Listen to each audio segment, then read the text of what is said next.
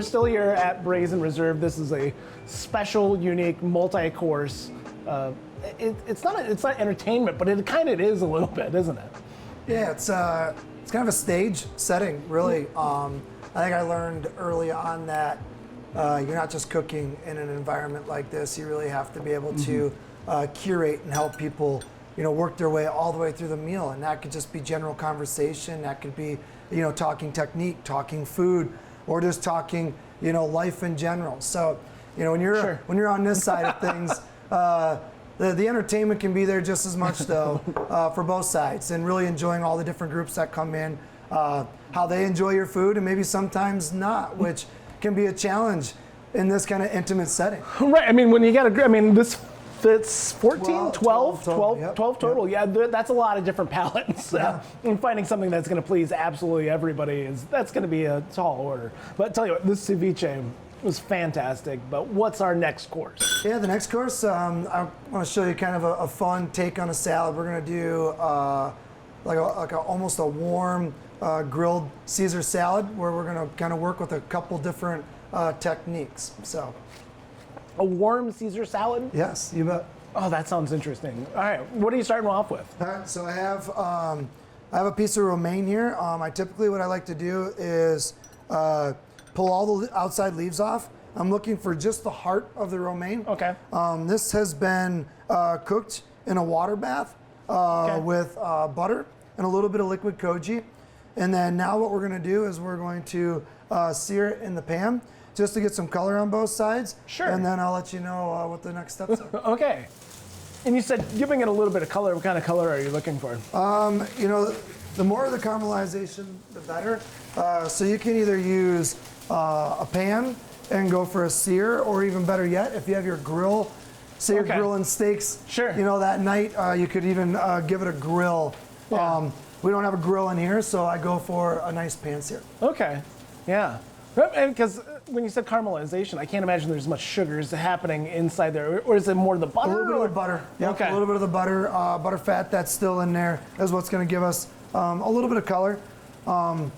It's probably not going to be perfect, but we're going to just get enough sear and that warmth and temperature that we're looking for. Okay. All right.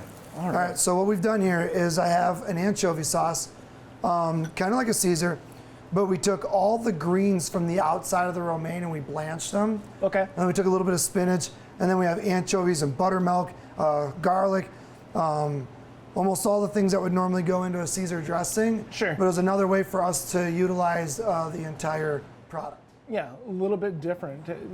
Blanching. So as far as blanching goes, I mean, I feel like that's something I struggle with. Maybe, am I leaving things in there too long?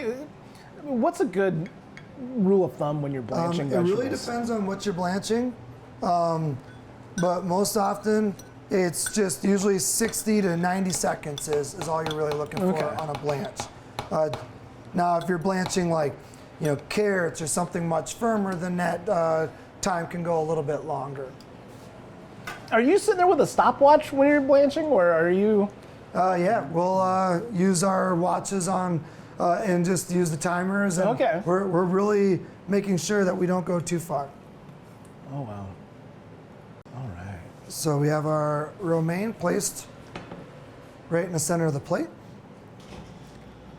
We have a more traditional Caesar style dressing in our ISI here. And what this allows us to do is kind of what we call an espuma or a foam. We're just going to gently put a little bit out on top. Little coarse sea salt, Parmesan cheese. Brazen's known for doing some elevated food, but this takes it to a whole nother level. This is a layer that we normally don't get an opportunity to go to too often. So that's what the room really allows us to kind of flex that creative process. Is that a little ginger there? This is cured egg yolk. Cured egg yolk. And the idea is to be playful, since it's such a fine microplane, to kind of really pile it on top there. Okay.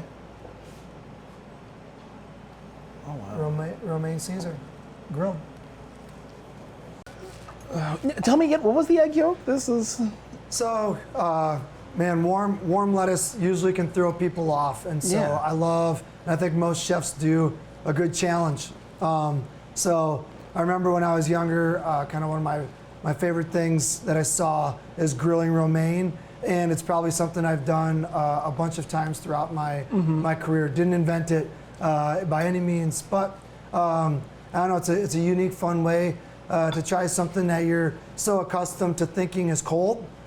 So sometimes it's really neat to challenge people and give them it in a way that is not what they're thinking. So Yeah, certainly has all the elements of a classic Caesar salad when it's put together, but it's just such a unique, different look to it. But the taste is there.